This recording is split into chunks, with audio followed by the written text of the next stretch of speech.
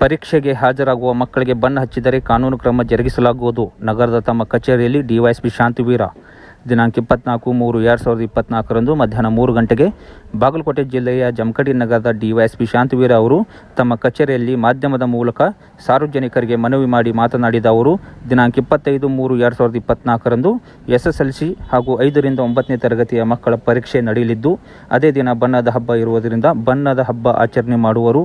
ಪರೀಕ್ಷೆಗೆ ಹಾಜರಾಗುವ ಮಕ್ಕಳಿಗೆ ಬಣ್ಣ ಹಚ್ಚುವುದಾಗಲಿ ಅವರ ಮೇಲೆ ಎರಚುವುದಾಗಲಿ ಮಾಡಬಾರದು. ಇದಕ್ಕೂ ಮೀರಿ ಮಕ್ಕಳಿಗೆ ಬಣ್ಣ ಹಚ್ಚುವುದಾಗಲಿ ಎರಚುವುದಾಗಲಿ ಮಾಡಿದ್ದಲ್ಲಿ ಅಂಥವರ ವಿರುದ್ಧ ಕಾನೂನು ಪ್ರಕಾರ ಕ್ರಮ ಜರುಗಿಸಲಾಗುವುದು ಎಂದು ಅವರು ಮನವಿ ಮಾಡಿ ಮಾತನಾಡಿದ್ದು ಹೀಗೆ. ಎಲ್ರಿಗೂ ನಮಸ್ಕಾರ.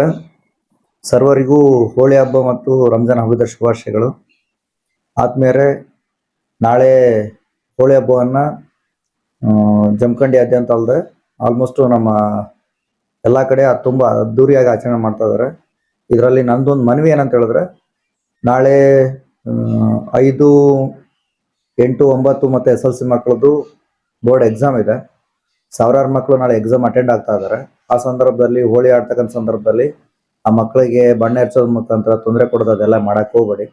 ಅವ್ರಿಗೆ ಫ್ರೀಯಾಗಿ ಎಕ್ಸಾಮ್ ಬರೆಯೋದಕ್ಕೆ ಕಾನ್ಫಿಡೆನ್ಸಲ್ಲಿ ಎಕ್ಸಾಮ್ ಬರೆಯೋಕ್ಕೆ ಅವಕಾಶ ಮಾಡಿಕೊಡಿ.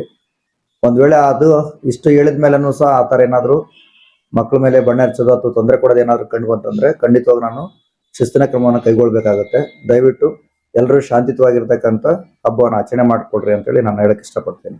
Thank you.